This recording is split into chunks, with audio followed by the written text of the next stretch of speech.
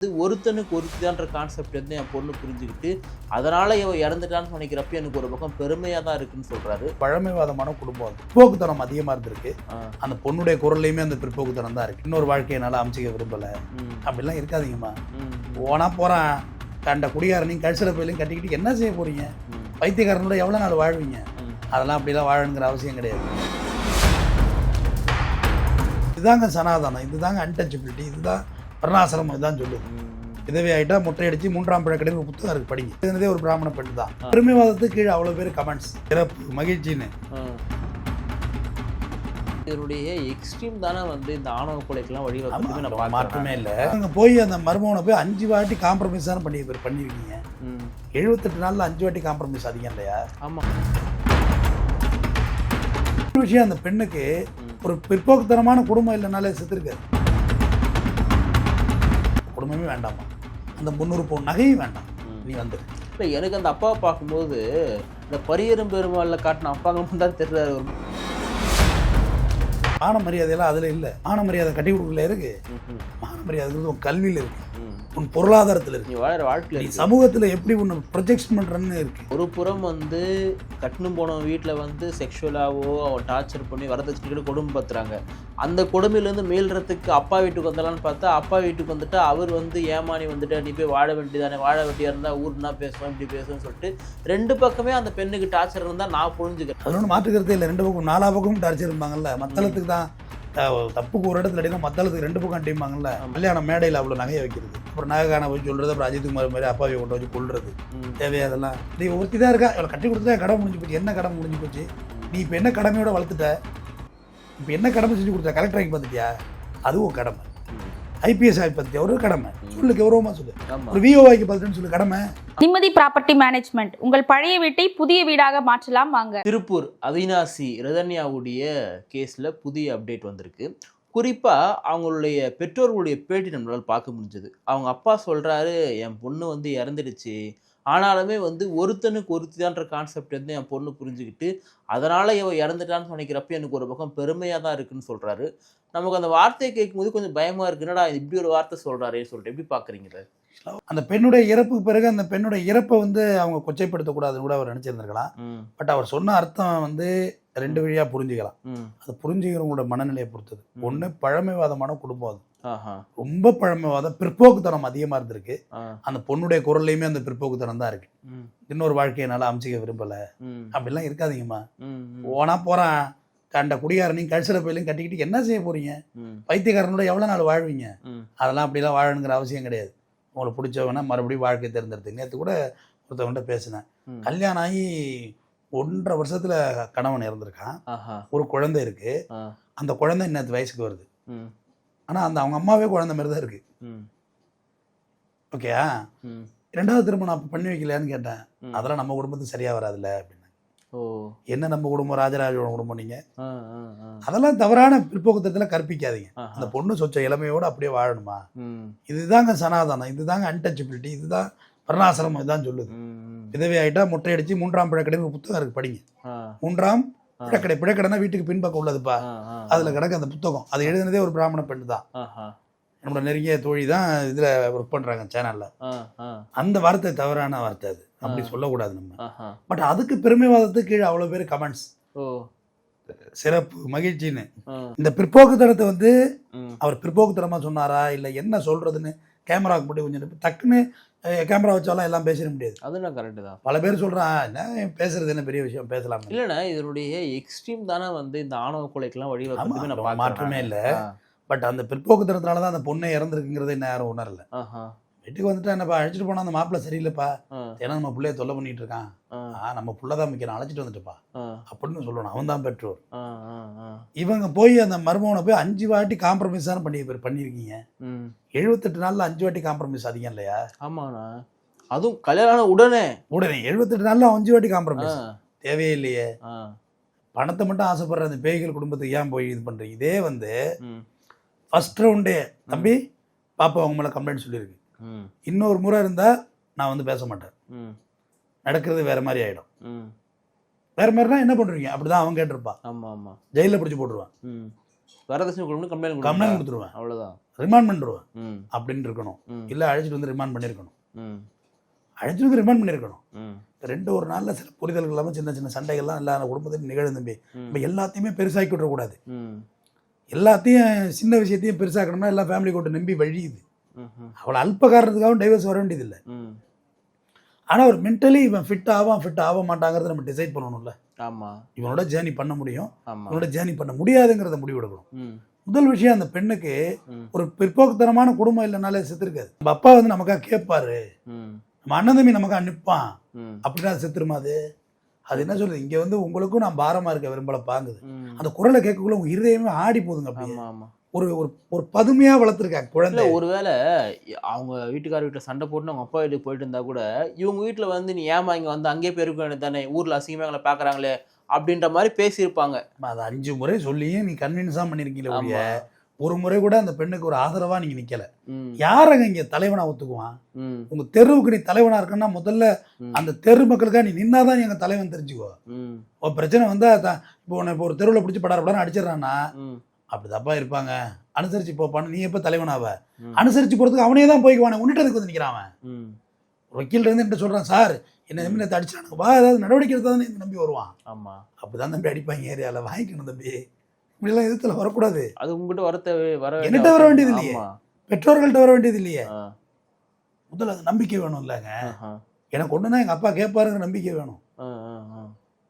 அதெல்லாம் இல்லாம என் பிள்ளைக்கு ஒண்ணு நான் கேட்பேன். ம் அது என் பிள்ளை சரி தப்புங்கிறதெல்லாம் அப்புறம் முடிவு பண்றேன். ம் முதல்ல நான் என் பிள்ளைக்காண்டி தான் நிக்கணும். ம் தம்பி இருக்கிறீங்கன்னா தம்பிக்காண்டி தான் முதல்ல நிக்கிறேன். ம் அப்புறம் நியாயத்தை பேசுவோம். ம். நான் பிரச்சனையெல்லாம் முடிச்சுட்டு வந்து உட்கார வச்சு ஏன்டா அது மாதிரி பண்ணலாமாடா, ஆமா இல்ல உன் பக்கம் தப்பு இருந்தாலும் அப்புறம் நீ பேசிக்கலாம். அது அப்புறம் பேசுறேன். நான் ஆமா. பேசாம இல்லை, ஆ நான் பேசலைன்னா நீ தருதலையா போயிடுவேன். ஆமா. நான் அப்புறம் கூப்பிட்டு என்ன தம்பி செய்யலாமா? அது ம் நம்ம செய்யற வேலையை நம்ம என்ன எஜுகேட்டட் ஒரு லாயரு, ம் ஒரு சேனல் வச்சிருக்க, நீ இவ்வளவு சொசைட்டில ஒரு முக்கிய பொறுப்புல இருக்கிற, ம் பெரிய பெரிய மனுஷன் கான்டாக்ட்ல இருக்க, அது அப்புறம் உனக்கு பாடம் நடத்துறேன். ம் உங்க குடும்ப பாரம்பரியத்தையும் அப்புறம் நான் சொல்றேன். ம் இவ்வளவு பெருமையான குடும்பத்தில் இருக்க உங்க அப்பா எப்படிப்பட்டவர் தெரியுமாடா, ம் தாத்தா எப்படிப்பட்டவர் தெரியுமாடா, குடிச்சிட்டு போய் சண்டை போட்டுருக்க நான் கேட்கிறேன். ம் ஆனா அந்த இடத்துல உன்னை நான் எப்படி அந்த இடத்துல நின்று நான் விட்டு விட்டு கொடுக்க கொடுக்க கூடாது. ஆமா. இது நான் என் குடும்பத்து ரீதியாக நான் அனுபவமே சொல்றேன். விட்டு கொடுக்க கூடாது. இந்த ஆ இடத்துல ஆ ஆ. இறங்கி நின்று சண்டை செய்யணும். ம் அப்ப எனக்கு 2 சகோதரிகள் உண்டு. ம் நான் இன்னைக்கு ரிதன்யாவுக்கு வேண்டி நான் இவ்வளவு ஃபீல் பண்றேன்னா, ம் சுய வாழ்க்கையில என்னுடைய குடும்பத்துல 2 சகோதரிகள் உண்டு. புரியுது. என் சகோதரிக்கு ஒண்ணுன்னா ம் நான் நிப்பேங்கிற நம்பிக்கை அவங்களுக்கு அவங்களுக்கு உண்டு. ஆமா. அவங்களுக்கு உண்டு. நாங்க சண்டை போட்டுக்குவோம் அக்கா தம்பிக்குள்ள, அதெல்லாம் இல்லைன்னு இல்லை. ம் ஆனா எனக்கு ஒண்ணுன்னா என் தம்பி வந்து நிற்பான்.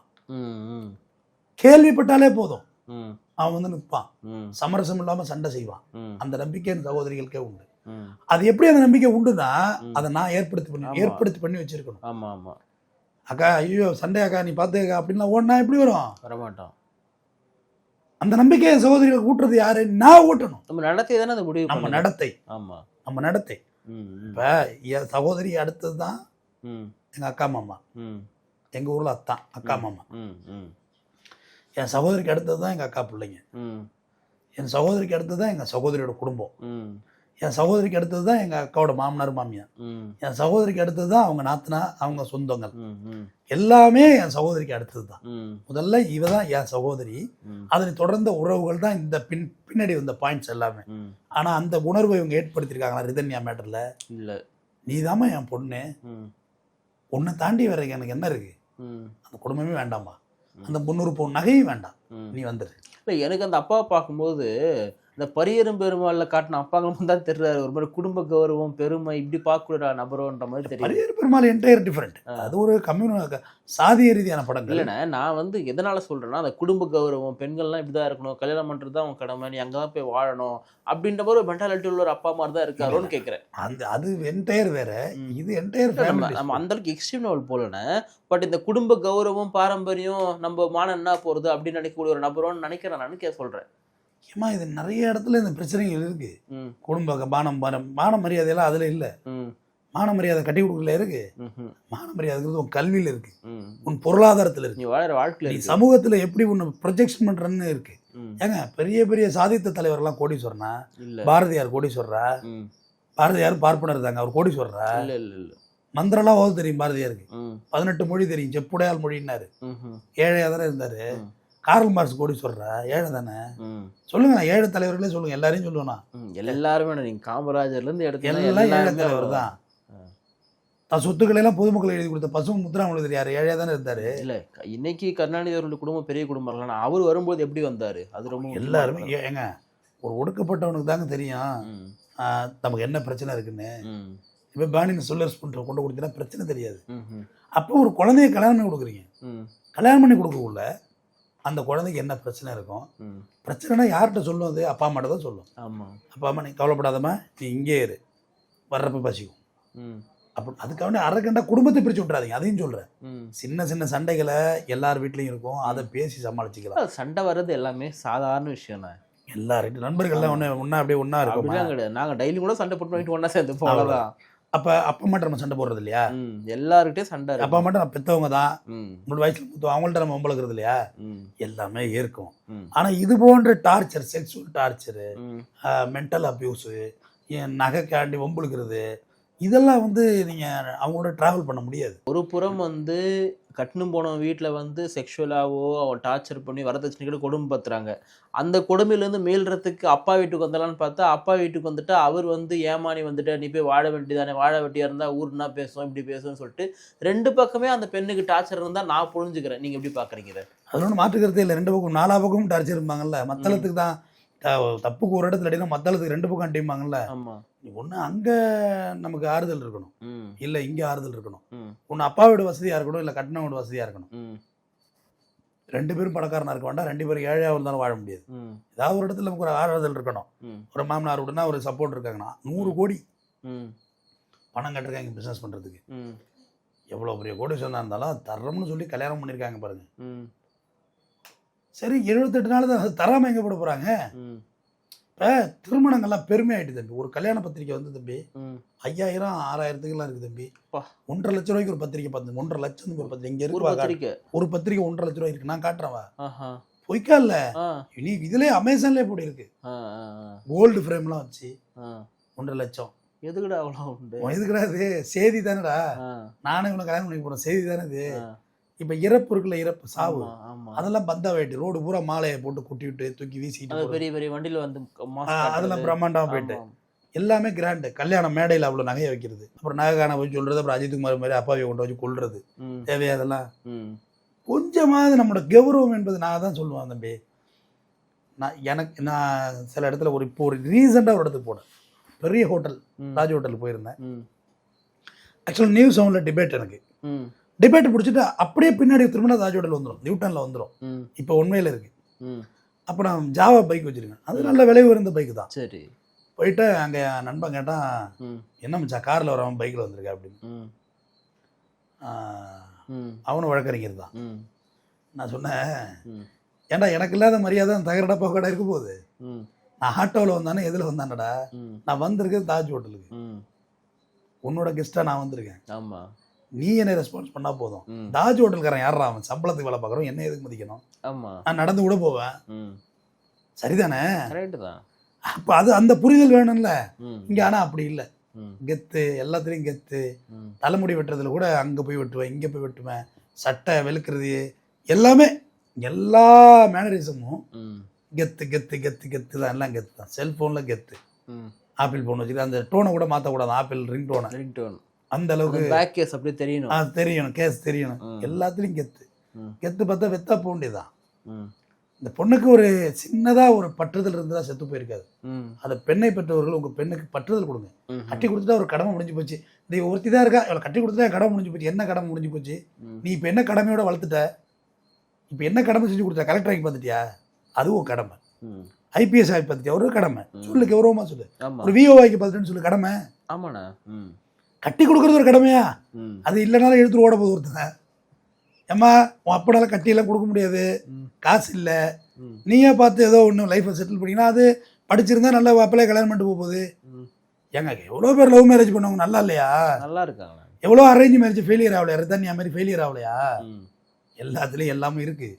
அதை நம்ம வாழ்க்கையை நம்ம விஷன் என்னவா கொண்டு போகிறோமோ அதை நோக்கி தான் இருக்குது. நம்ம விஷன் சரியில்லைன்னா உடனே ட்ராப் ஆகிடுங்க. குழந்தை இருக்குது, இந்த குழந்தைக்காக வாடுறேன் பாருங்க எப்படிலாம் வாழ்கிறாங்கன்னு. எங்கள் நான் பக்காவான கிராமத்துலேருந்து வந்தேன் தம்பி, புரியுது. என் வாழ்வியலே எனக்கு நல்லா தெரியும். நான் பேசுறதுலாம் ஏதோ பேப்பர் படிச்சுட்டுலாம் பேசல, சின்ன பிள்ளையிலேருந்து பார்த்தது. அவ்வளோ தற்கொலைகள் நான் பார்த்துருக்கேன். எங்கள் ஊர்லேயே 5 தற்கொலை நான் பார்த்துருக்கேன். அன்னைக்கு இவ்வளோ போலீஸு போஸ்ட்மார்ட்டம் இதெல்லாம் கிடையாது. ம். நீங்கள் நெருங்கி உறவுலேயே தற்கொலை எல்லாம் பண்ணியிருக்காங்க. ம். ஆனால் அப்போல்லாம் இவ்வளோ விஷயம் எனக்கு தெரியாது. ம். ம். சட்டம் படிச்சது அதுவும் ஒரு காரணமாக கூட இருந்திருக்கலாம். அது மூளை மடிப்புல எங்கேயாவது கடந்து ஒழிச்சிருக்கலாம். அது இன்னைக்கெல்லாம் விட மாட்டான். ம். போலீஸ்க்கெல்லாம் ஃபோன் அடித்து போஸ்ட்மார்ட்டம் பண்ணி யார் குற்றவாளியை பிடிச்சி உள்ளே வச்சு விட வேண்டியதானே. ம். அதனால் எதிர்ப்பு வந்தாலும் பரவாயில்ல. நல்லது செஞ்சால் எதிர்ப்பு வரதான் தம்பி செய்யும், வந்துட்டு போகுது. ம். ம். ம்.